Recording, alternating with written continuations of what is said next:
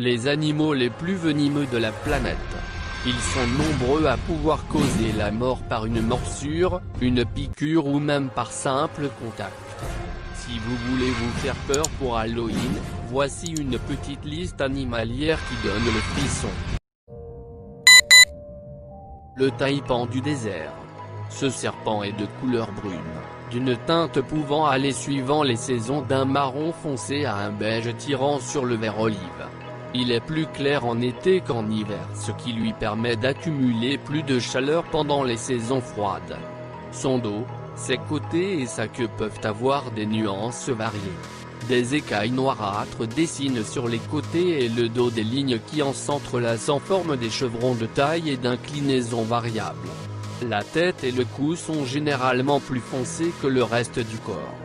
Les yeux sont de taille moyenne, avec un iris brun-noir, sans anneaux colorés autour de la pupille ronde. Il mesure souvent plus de 2 mètres de long. Cette espèce est endémique d'Australie.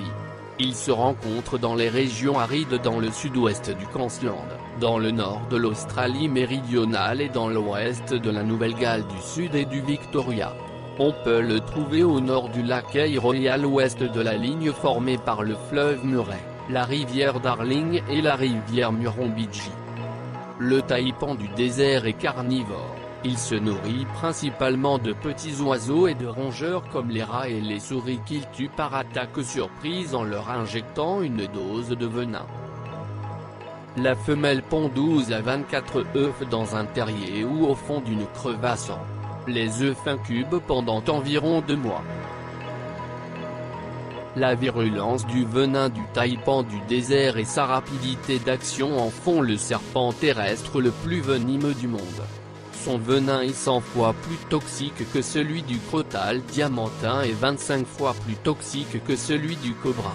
Une dose de ce venin neurotoxique est capable de tuer 100 hommes adultes ou 250 000 souris. Jusqu'au milieu du XXe siècle, une morsure de taipan était mortelle. Le premier antidote a été développé en 1955. 5 ans auparavant, un chasseur de serpents, Kevin Buden, avait été mordu par un taipan. Le jeune homme succomba aux effets du venin mais il eut le temps d'apporter le serpent vivant à l'hôpital de Cairns où l'antidote allait être élaboré, puis développé au Commonwealth Scientific and Industrial Research Organisation de Melbourne.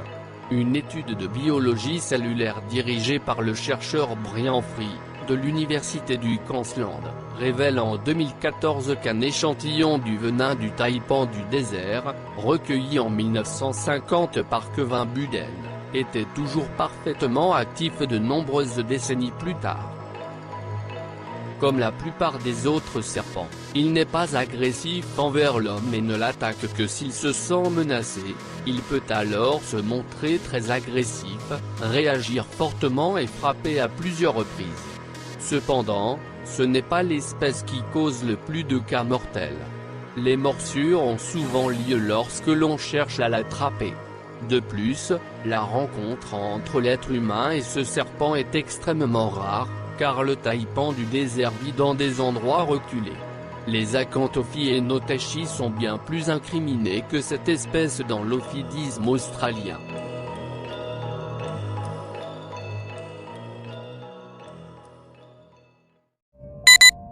La grenouille à flèche empoisonnée. Les dendrobatides, communément appelés dendrobates, sont une famille d'amphibiens qui sont originaires de l'Amérique centrale et du Sud. Ces espèces de grenouilles de petite taille sont diurnes et ont souvent des corps de couleur vive. Tous les dendrobates sauvages sont toxiques, bien que leur toxicité varie considérablement d'une espèce à l'autre et d'une population à une autre. Ces amphibiens sont appelés poison dart frog en anglais, grenouilles à flèche empoisonnée, en raison de l'utilisation faite par les Amérindiens de leurs sécrétions toxiques pour empoisonner les extrémités de leurs flèches de sarbacane. Cependant, seulement 4 espèces provenant du genre Phyobate, hautement toxiques, ont été documentées comme étant utilisées à cet effet. Elles font l'objet d'un commerce notamment en France en tant que nouveaux animaux de compagnie. De nombreuses espèces sont menacées. les Bolivie, au Costa Rica, au Brésil, en Colombie, en Équateur, au Venezuela, au Suriname, en Guyane française, au Pérou, au Panama, au Guyana, au Nicaragua, et à Hawaï, où ils sont introduits. Leurs habitats naturels comprennent les forêts subtropicales et tropicales humides de plaine, les terres arbustives subtropicales ou tropicales de haute altitude, les montagnes, rivières, marais d'eau douce, lacs et marécages sous un climat subtropical ou tropical. Certaines espèces peuvent être rencontrées dans des prairies saisonnièrement humides ou des plaines inondées, les terres arables, les pâturages, les jardins, les plantations, la savane humide et les anciennes forêts fortement dégradées.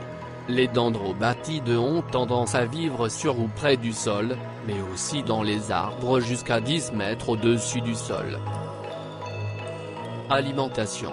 Les dendrobatides adultes sont carnivores et se nourrissent de petits arthropodes qu'ils chassent activement durant la journée. Des spécialisations alimentaires sont apparues à plusieurs reprises dans la famille des dendrobatides et sont fortement corrélées à la toxicité et à l'aposématisme des espèces spécialistes. Celles-ci sont en effet capables de séquestrer les alcaloïdes présents dans leur alimentation, principalement composés de fourmis d'acariens oribates, et développent ainsi une toxicité les protégeant des prédateurs. Les têtards sont principalement carnivores à forte tendance cannibale. Ils se nourrissent d'arthropodes aquatiques et de têtards de la même espèce ou d'autres amphibiens. Différentes recherches montrent que cette prédation permet également aux têtards d'éliminer les autres têtards et larves d'insectes prédatrices lorsque ces derniers sont encore trop petits pour les attaquer et les manger. Chez certaines espèces, l'alimentation est complétée par des œufs infertiles pondus par la femelle, voire majoritairement comprises de ces œufs chez les dendrobatides les plus spécialisés. Reproduction. Les espèces de la famille des dendrobatides présentent un spectre de comportements reproductifs marqué par un rituel nuptial et des soins parentaux contrastant avec la majorité des anoures. Les dendrobatides se reproduisent plusieurs fois dans l'année. La période de reproduction commence typiquement au début de la saison des pluies. Les mâles sont particulièrement territoriaux lors de cette période et se disputent en luttant les emplacements à partir desquels ils émettent leurs cris ainsi que les sites de ponte. Des luttes entre femelles sont également présentes chez certaines espèces et conditionnent l'accès aux mâles et aux sites de ponte. Les femelles inspectent les mâles et choisissent alors leur partenaire en fonction de son apparence et de l'emplacement choisi pour l'appeler. Chez la majorité des espèces, le mâle amène ensuite la femelle au site de ponte. Certains dendrobatides forment alors un amplexus céphalique caractéristique, le mâle s'accrochant au dos de la femelle en la maintenant par la tête, tandis que d'autres ne forment pas d'amplexus. Les œufs sont pondus hors de l'eau dans des endroits humides, comme sur les feuilles, dans les plantes, sur des racines exposées. Les œufs sont fertilisés par fécondation extérieure. Une fois éclos, les têtards sont déplacés individuellement ou en groupe sur le dos d'un parent pour être acheminés jusqu'à un milieu aquatique où ils se développeront. En fonction des espèces, la dépôt des têtards a lieu au niveau du sol dans un plan d'eau stagnante ou un ruisseau, ou bien dans les phytothelmes de plantes terrestres ou épiphytes telles que les réserves d'eau des broméliacées. Chez la majorité des espèces, les soins parentaux persistent sous diverses formes telles que le déplacement des têtards lorsque la réserve d'eau s'assèche ou le nourrissage des têtards par la femelle avec des œufs infertiles, jusqu'à la métamorphose des têtards. La métamorphose survient entre 50 et 80 jours après la ponte et les jeunes atteignent la maturité sexuelle au cours de leur première année. Beaucoup de grenouilles de la famille des dendrobatides sécrètent des toxines alcaloïdes lipophiles à travers leur peau. Les alcaloïdes contenus dans les glandes de la peau des grenouilles servent comme moyen de défense chimique contre les prédateurs, et ils sont donc en mesure d'être actifs face aux prédateurs potentiels pendant la journée. Environ 28 classes structurelles d'alcaloïdes sont connues chez ces grenouilles. Parmi ces espèces, la plus toxique est Phyobate terribili. Certains scientifiques pensent que les dendrobatides ne synthétisent pas leur poison, mais séquestrent les produits chimiques de certains arthropodes qu'ils consomment, comme les fourmis, mille-pattes et acariens. Pour cette raison, les animaux élevés en captivité ne présentent pas les niveaux significatifs de toxines de ce vivant dans le milieu naturel, car leurs régimes sont différents. En fait, de nouvelles études suggèrent que les femelles de certaines espèces pondent des œufs non fécondés, qui présentent des traces d'alcaloïdes, pour nourrir les têtards. Ce comportement montre que les poisons sont introduits à partir d'un très jeune âge. Néanmoins, les grenouilles élevées en captivité conservent la capacité d'accumuler des alcaloïdes quand on leur fournit une alimentation en contenant. Malgré les toxines utilisées par certaines dendrobatides, des prédateurs ont développé la capacité de leur résister. Par exemple, le serpent Liophis épinéphelus a développé une immunité au poison. Les molécules chimiques extraites de la peau d'Epipedobate tricolore ont une valeur médicinale. Les scientifiques utilisent ce poison comme analgésique. Parmi les molécules extraites on trouve en effet un analgésique 200 fois plus puissant que la morphine, l'épibatidine. Cependant, la dose thérapeutique est très proche de la dose mortelle. Un dérivé, APT 594. Développé par les laboratoires Abbott, appelé terbinafine est entré en deuxième phase de test chez l'homme, mais son développement a été stoppé en raison des effets secondaires gastro-intestinaux trop importants. Les sécrétions des dendrobatides peuvent également être intéressantes comme relaxants musculaires, stimulants cardiaques et anorexigènes. La plus toxique de ces grenouilles, Phyobate terribili, dispose d'assez de toxines en moyenne pour tuer 10 à 20 hommes ou environ 10 000 souris. La plupart des autres dendrobatides, même si elles sont colorées et suffisamment toxiques pour décourager les prédateurs, comportent beaucoup moins de danger pour les humains ou d'autres animaux de grande taille. Évolution de la coloration de la peau et de la toxicité. Une première étude menée par Sommer et Clou, 2000, sur l'évolution de la coloration de la peau et de la toxicité dans la famille des dendrobatides a indiqué que l'évolution de la toxicité de la peau était significativement corrélée avec l'évolution de la coloration vive. Par ailleurs, une étude réalisée par Santo et Canatella, 2011, a confirmé cela en expliquant qu'il y avait une corrélation remarquable entre la coloration et la spécialisation de l'alimentation, la masse corporelle, la capacité aérobie, et la défense chimique chez les dendrobatides. Santo et Canatella, 2011, proposent deux scénarios évolutifs qui expliquent ces corrélations. Une possibilité est que l'aposématisme et la capacité aérobie ont précédé une plus grande collecte de ressources, les grenouilles consommant plus de fourmis et d'acariens et spécialisant leur alimentation. Ceci est contraire à la théorie aposématique classique, qui considère que la toxicité de l'alimentation est apparue avant la coloration vive. La deuxième hypothèse suggère que la spécialisation de l'alimentation a précédé la capacité aérobie supérieure et que l'aposématisme a évolué afin de permettre aux dendrobatides de partir à la recherche de nourriture sans risquer la prédation. D'autres données indiquent que la coloration et la toxicité peuvent être inversement proportionnelles. Une étude récemment publiée par Wang et Chaffee, 2011, soutient cette idée. Cette étude a révélé que chez les grenouilles dendrobatides polymorphes, les animaux aux coloris les moins visibles sont plus toxiques que les espèces les plus brillantes et les plus visibles. Les dépenses énergétiques pour produire les toxines et les pigments de couleur vive conduisent à des compromis possibles entre la toxicité et coloration vive. Les proies avec de fortes défenses secondaires, comme les grenouilles toxiques dans l'étude Wang et Chaffee 2011, ont moins à gagner avec une peau colorée coûteuse en énergie.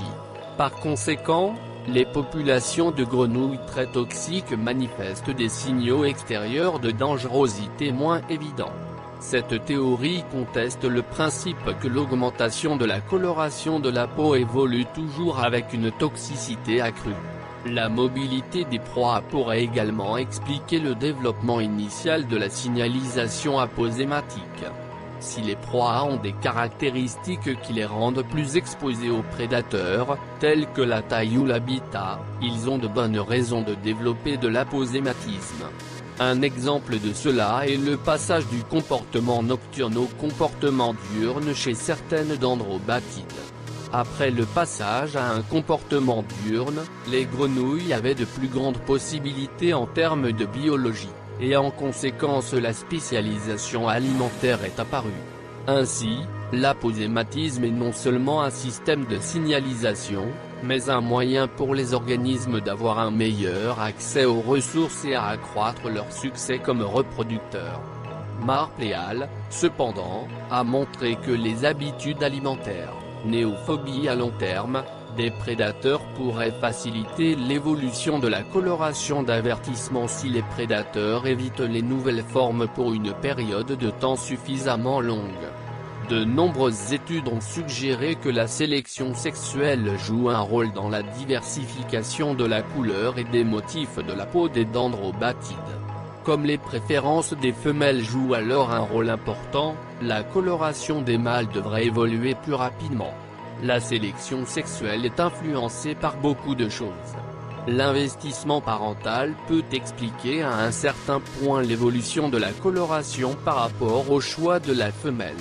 Par exemple, chez Zooophaga pumilio les deux sexes ne sont pas impliqués de la même manière dans le soin aux jeunes.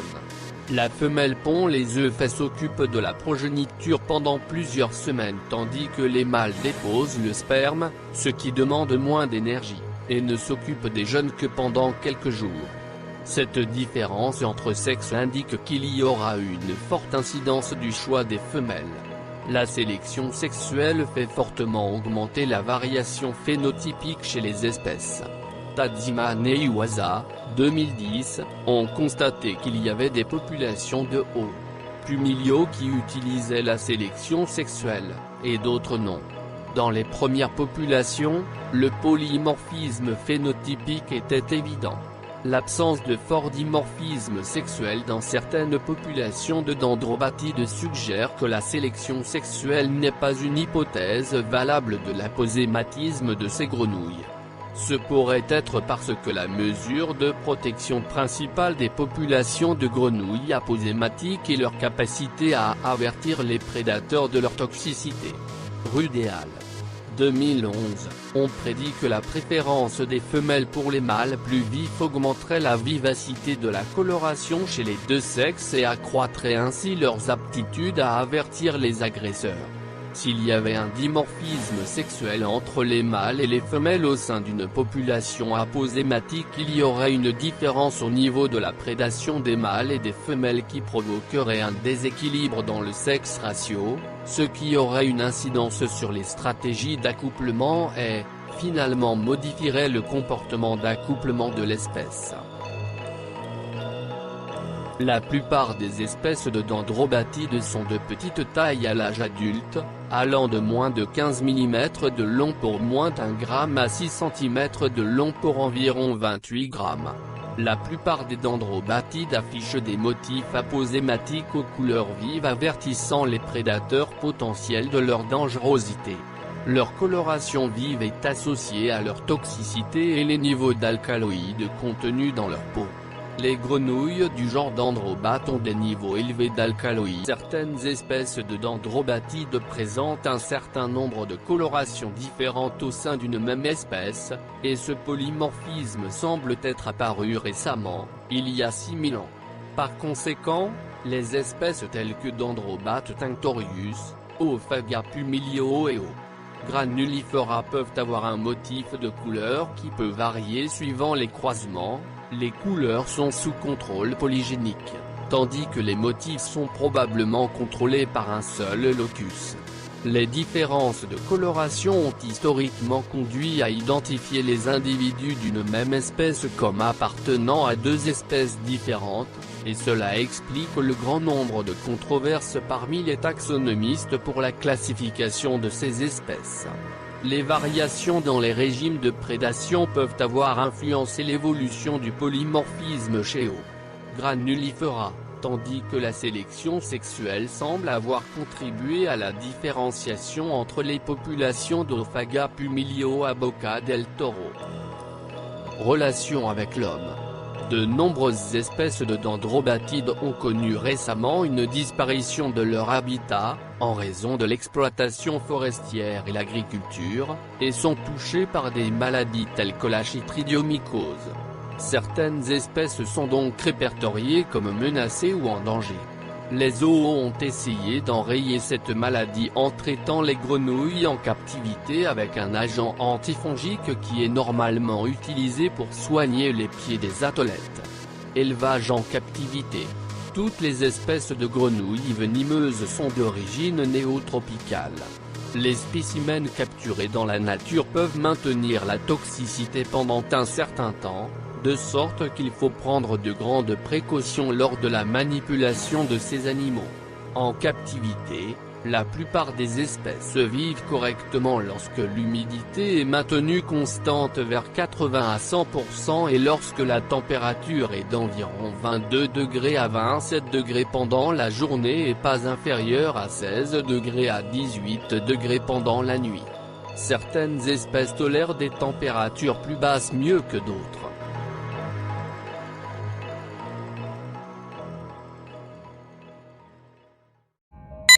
L'araignée banane.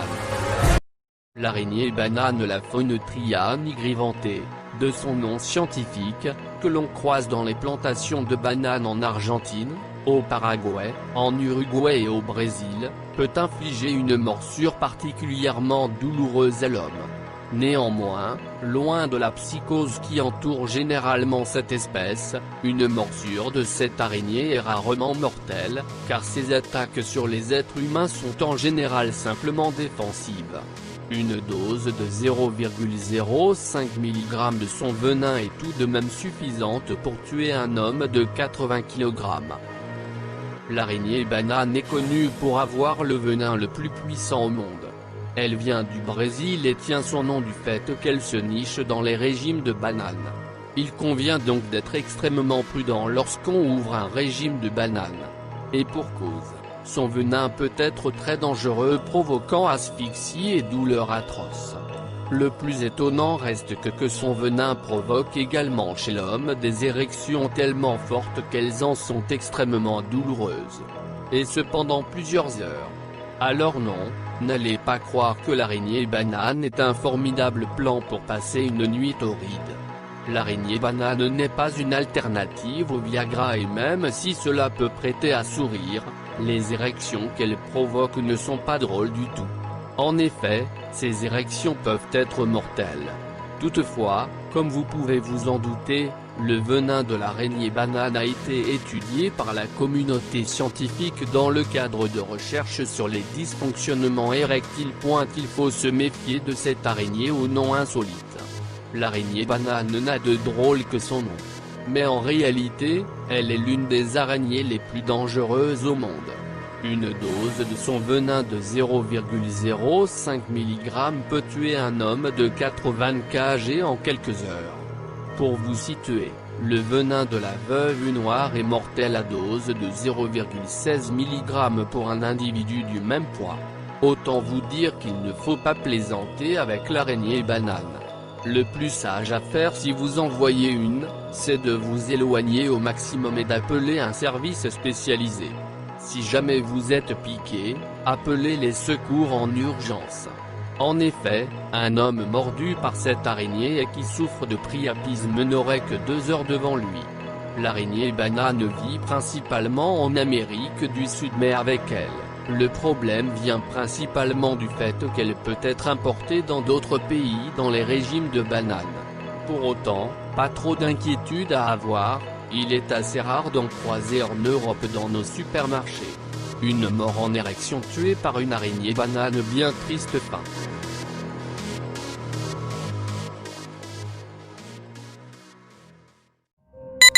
Le scorpion rôdeur. Le rôdeur mortel de Fada ou dite stalker, petite bestiole, triste aura. Rencontre fortuite, réaction immédiate à coup de dard au venin mortel. Le vœu de tout oasien et de tout saharien est de ne point se mettre en contact avec cette bestiole.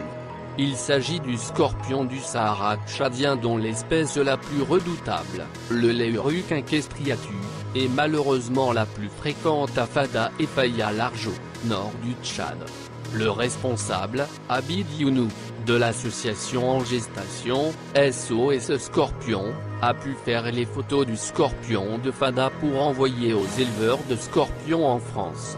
Son identité tomba alors et c'est l'effroyable Léurus inquestriatus qui sème la mort dans l'Andie, peut-être au Borkou et au Tibesti, la région du Borkou, Andie, Tibesti bet. Le Léurus est de la famille de Buthidae, un arthropode de couleur jaune, mesurant 7 à 10 cm, et se distingue des autres scorpions par les 2 derniers anneaux de sa queue qui sont sombres et surtout de ses pinces qui sont fines. D'autres espèces de scorpions dangereuses du continent africain n'en manquent pas. Il est considéré comme une espèce très dangereuse car son venin est un puissant mélange de neurotoxines, dont la aridotoxine. Sa piqûre, bien qu'extrêmement douloureuse, n'est normalement pas mortelle pour un adulte en bonne santé. Cependant, les personnes jeunes ou âgées, les personnes cardiaques ou les allergiques courent un plus grand risque. Le venin de cette espèce est à l'étude par des laboratoires pharmaceutiques. Une neurotoxine présente dans son venin se fixe sur des cellules cancéreuses du cerveau. Ainsi, en marquant celle-ci à l'aide d'un colorant, les médecins ont créé une torche moléculaire permettant de localiser les cellules cancéreuses en vue de leur élimination chirurgicale. C'est un tueur en série, dont on ne parle sans doute pas assez.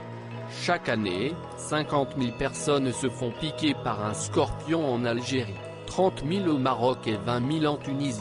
Cet animal fossile, qui appartient à la famille des arachnides comme les araignées, est même responsable de la mort de 150 à 300 personnes dans ces 3 pays. Contrairement aux idées reçues, plus de la moitié des attaques des scorpions surviennent au domicile des victimes. Attirés par la fraîcheur et l'obscurité, ces bêtes pas très sympathiques qui existaient déjà à l'époque des dinosaures, adorent se cacher dans les intérieurs pour éviter la chaleur extérieure. Nombreux sont ainsi les Maghrébins qui ont eu la mauvaise surprise de découvrir, dans leurs appartements, un scorpion. Un super méchant. Discret, agile et robuste, le scorpion est capable de résister à de nombreuses tortures.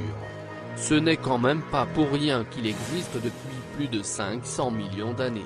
Champion de l'adaptation, il résiste facilement à des écarts de température allant jusqu'à 50 degrés. Oui, même congelé, le scorpion reste en vie. C'est aussi le roi du jeûne puisqu'il peut vivre 1 an sans se nourrir. Et comme si ce n'était pas assez, des études ont montré que le scorpion serait même résistant aux radiations atomiques. Son venin est de loin le plus foudroyant et la bestiole elle-même est typée agressive face à un moindre rencontre. Une agression de défense qui fait mouche. Les anglo-saxons le surnomment dit stalker que de la mort ou semeur de la mort, et les francophones, le rôdeur de la mort. Le Léurus inquestriatus est aussi dangereux qu'il est vivement déconseillé de le manipuler ou de l'élever en terrarium. La piqûre provoque des douleurs, d'hypertension, de paralysie respiratoire et donc la mort. Les jeunes enfants en paient un lourd tribut mais également les personnes âgées. La piqûre est d'autant dangereuse qu'elle soit près du cou ou du thorax ou d'un grand vaisseau, artère ou veine. La dangerosité du venin dépend aussi de la taille du scorpion. Si la taille plus petite qu'à 2 cm, le venin est peu actif chez l'homme. De la saison, piqûre redoutable en saison chaude. La quantité du venin injecté est variable et dépend de l'animal. L'appareil venimeux des scorpions est constitué d'une vésicule à venin incluse dans le telson qui est le dernier anneau du post-abdomen ou queue. La vésicule contient des glandes à venin et est entourée d'une forte couche musculaire striée permettant aux scorpions d'expulser le venin mais aussi de contrôler cette expulsion. Logiques sont, hyperglycémie, 2 à 2,5 g/litre. hyperleucocytose, 20 000 à 40 000 éléments. Le traitement de l'envenimation, en raison du caractère imprévisible et brutal des défaillances cardio-pulmonaires et neurologiques, toute victime de piqûres, tout spécialement l'enfant et le jeune adolescent, doit être pris en charge dès que possible dans une unité de soins intensifs, service de réanimation. En cas de piqûre, il faut garder son calme, ne pas faire de garrot inutile et n'empêche pas la montée du venin. Il peut provoquer une ischémie d'un membre garrotté, donc l'amputation, ne pas faire d'aspiration à la bouche. Cela provoque l'envenimation chez celui qui aspire. Ne pas faire des scarifications du site, cela dissémine le venin et laisse porte ouverte aux infections. Immobiliser la région piquée, appliquer de la glace sur le site de la piqûre ou du paracétamol perros pour lutter contre la douleur. Essayez d'identifier le scorpion mis en cause. Les urus et endoctonus sont les plus dangereux. Évitez toute alimentation pendant 8 à 12 heures. La sérothérapie, administration du sérum antivenimeux, SAV, traitement spécifique, est à mettre en œuvre impérativement devant toute piqûre potentiellement grave. La sérothérapie n'est plus efficace dès lors qu'un délai de 2 heures après la piqûre est dépassé. On peut faire recours à une corticothérapie pour accompagner une sérothérapie mal tolérée. Les accidents de type anaphylactique ou anaphylactoide, rares, seront traités par un remplissage vasculaire et catécholamine. L'œdème et l'érythème autour du site d'envenimation sont traités par d'anti-inflammatoires. La prévention consiste à éviter l'envenimation. Le risque maximal de piqûre se situe du crépuscule au milieu de la nuit, tranche horaire habituelle de sortie de ces animaux lucifuges. Des chaussures fermées et l'inspection visuelle des endroits d'habitation constituent un minimum d'attention requis. Les scorpions étant étonnement fluorescents au rayonnement ultraviolet, il est donc conseillé de se munir d'un équipement léger d'une lampe émettrice de lumière de Wood, peu onéreux. Dans l'obscurité, les scorpions brillent d'une lumière jaune ou jaune-vert et sont visibles à plusieurs mètres. Il faut éviter de laisser traîner au sol tout ce qui peut constituer un refuge pour les scorpions, serpillères, vêtements, chaussures, cartons, écorce de bois, amoncellement des briques et autres cailloutis, etc.